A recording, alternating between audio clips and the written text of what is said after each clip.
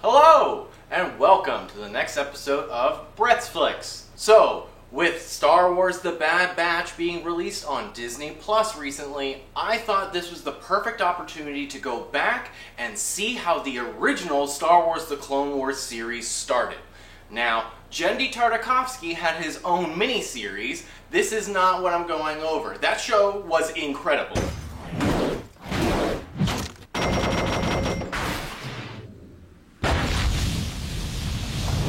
And even Dave Filoni has stated that he likes that show so much that he made sure that none of the stuff in his Clone Wars show conflicted with that one, so they can exist simultaneously with a little bit of give and take.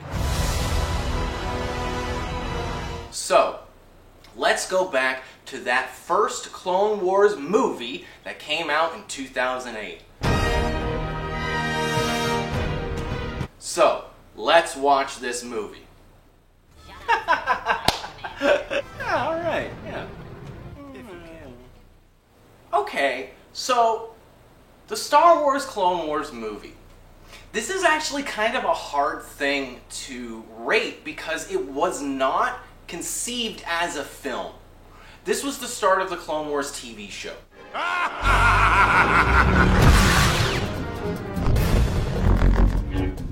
You've all been my pawns. Get him! And that show is absolutely incredible.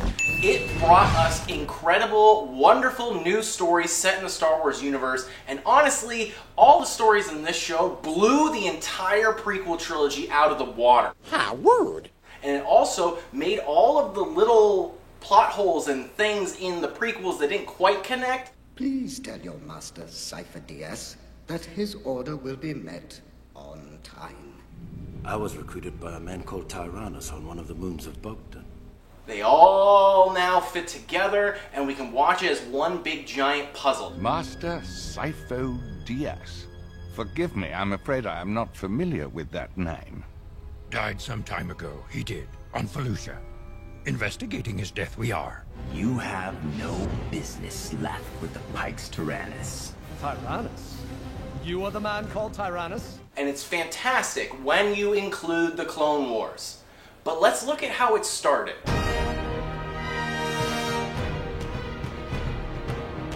Like I said, this was not intended to be a theatrical film. So first of all, we have a major pacing issue.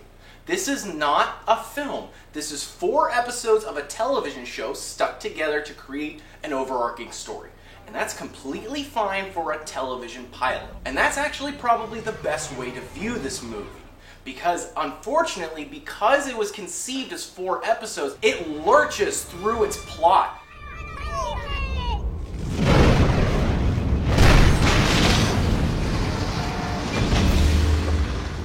For example, in the very beginning of the movie, we bring up the main plot, which is to save Jabba's son, who has been kidnapped.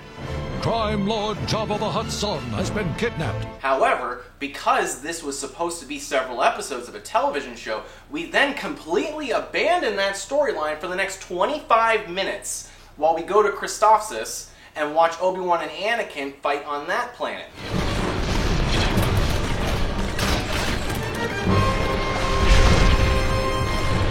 That's fine. That's fine for a TV show. In a movie, this sequence should not have been this long because you're going far too long without talking about what the main story is, and that feels a little odd. I'm not gonna lie. I was not the biggest fan of the plot of this movie, okay? The whole Jabba's son thing, like, it's really childish, and I understand, before you jump all over me, I get it. Clone Wars is supposed to be a little more child-friendly than some of the other Star Wars movies in the past.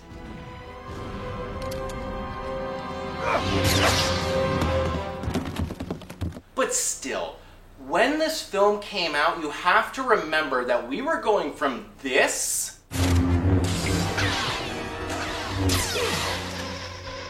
Kill him. Kill him now.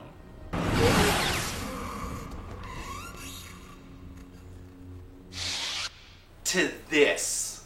Oh, he's so cute. That was quite a jump, especially for a Star Wars fan that grew up with the prequels and was expecting this kind of darker storytelling to continue. We immediately abandoned that and just have a lot of fun. Oh, whoa, whoa, whoa. Oh my God. Get back here, Sergeant. And that's okay, but you need to understand that that is the tone that this show goes for in the beginning. The Clone Wars TV show does get quite dark as it progresses.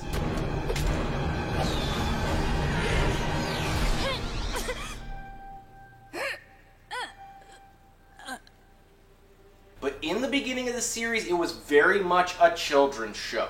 Oh, he's so cute.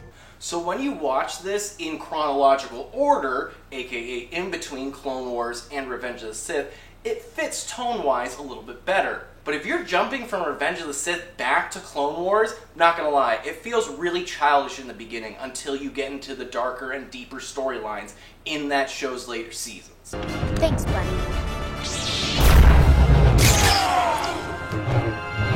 There's some unnecessary childish humor, alright? You know, Jabba calling his son his little... Punky muffin. Punky? Sorry.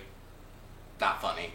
Like, this is Jabba the Hutt, a badass gangster, and I get it. He loves his son, and even, like, badass people have cute little names for their sons. But, like, come on, man. Punky? Like, really, this is Jabba the Hutt. He's supposed to be, like, intimidating, and this does not make him intimidating at all. Jabba puts out a call for help. I also feel like there were several aww moments that feel really forced in this film, like this one. Let's see you get away this time. Using the box to sneak under the shield is also pretty dumb. But I will admit that even though some of the jokes are kind of lame, every single time these droids have their monotone delivery, I bust out laughing. It may be dumb at times, but these guys are hilarious. There's something coming. I can't make out what it is. I don't like it. Prepare to attack. What if it's one of ours? Shut up, Sergeant. I'm in command here. Roger, roger. Overall, the animation is pretty decent. I mean, look, I understand this was 2008. The show as a whole, its animation improved massively. Like, just a wonderful, wonderful improvement as that continued. The final season looks absolutely stunning.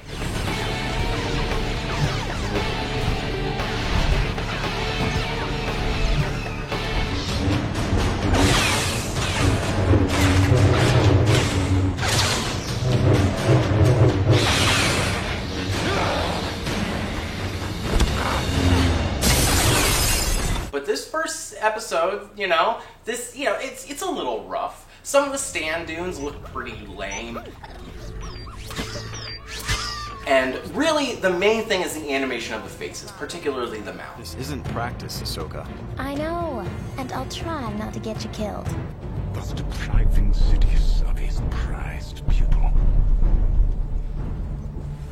I know, Anakin.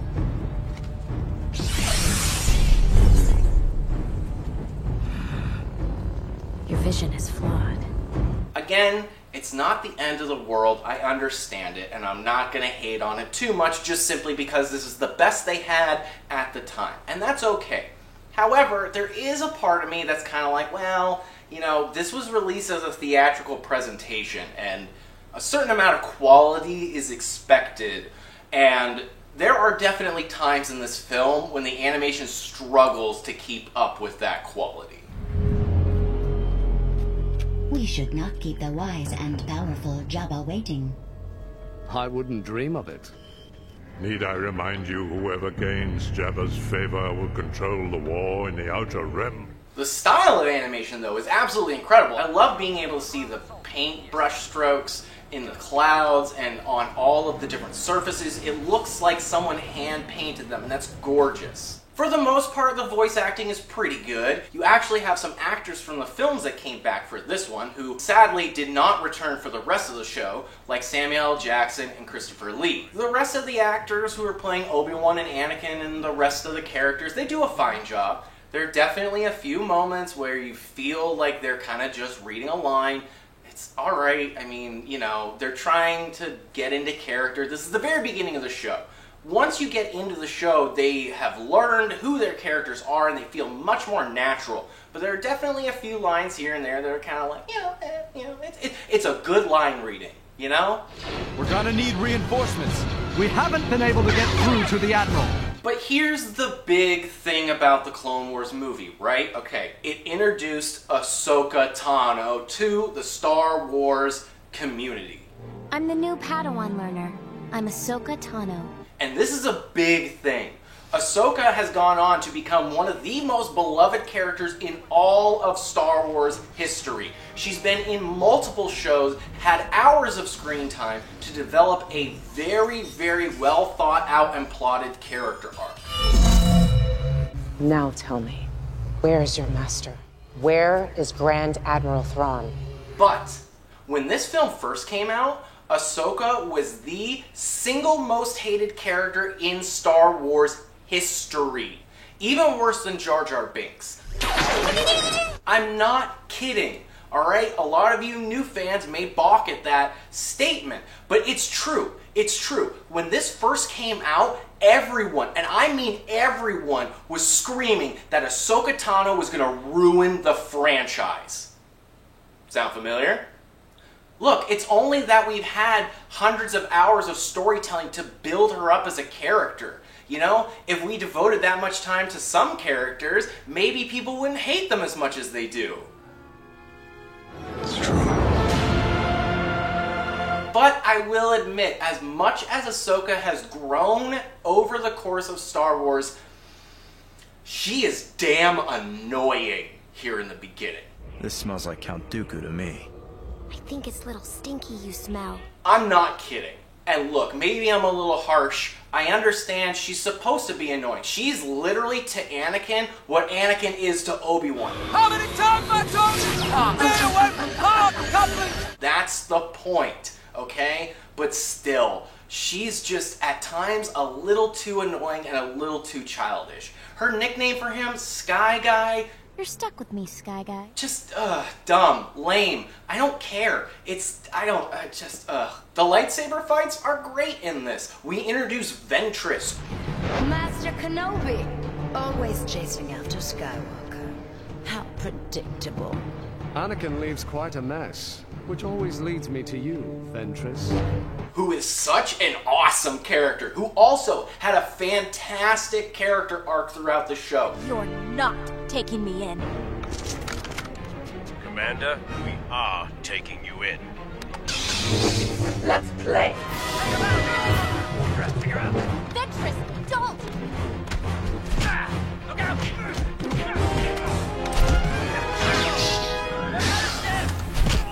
And she shows just how powerful she is right off the bat. The fight between her and Obi-Wan is fantastic. The fight between Anakin and Dooku is also great, and actually adds a little bit of different context to his line to Dooku in Revenge of the Sith. My powers have doubled since the last time we met, Count. But it's Star Wars, you know? The lightsaber fights are kind of its bread and butter, and they do it excellently. Again, like I said earlier, it's kind of hard to rate this because I look at it as like two different things. On one side, it is a theatrical animated film. And then on the other side, it's an extended pilot for an animated television show. When viewed as simply a theatrical film, it does suffer. It does suffer from pacing issues, dialogue issues, script issues, animation issues. Like, there's no denying it. It was not made to be released in theaters the way it was. Lucas just pushed for it because he thought this was a great way to promote the show. He was right. The show did amazing, and the show grew into an incredible piece of cinema.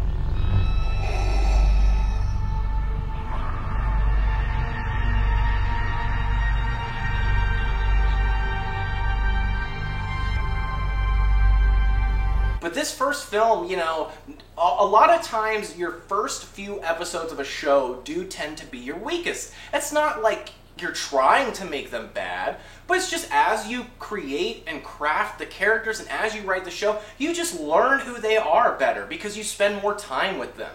So it's a little awkward in the beginning trying to figure out who these people are. Looks like help has arrived. So I think when viewed as a theatrical film on its own set in between Clone Wars and Revenge of the Sith, this is probably the weakest of the Star Wars films. I would give it a 6.4 out of 10. It's entertaining, it's enjoyable, it's fun, it's a solid start to the show, but on its own, it's not that great. How rude. It's just an interesting time killer that, you know, explains a few things and bridges the gap between Attack of the Clones and Revenge of the Sith. However, when viewed as an extended pilot for a television show, I would give it a full 7 out of 10. Again, because it's a good start to the show, but not a great one. The show gets so much better. What if I could show you the future?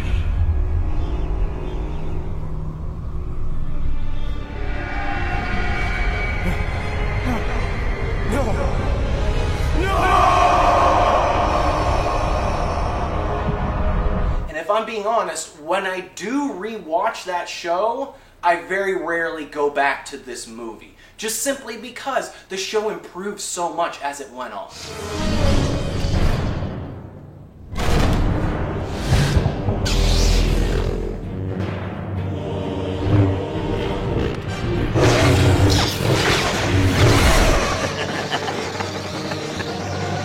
That being said though, please, if you're watching the Clone Wars TV show, start with this. It's an excellent way to start off the show. I'm Ahsoka? Master Yoda sent me. It introduces Ahsoka in a very simple way. It introduces Ventress in an exciting way. Of course, all the action with the clone troopers and stuff is good. It's not bad by any means. However, just know, the show only gets better.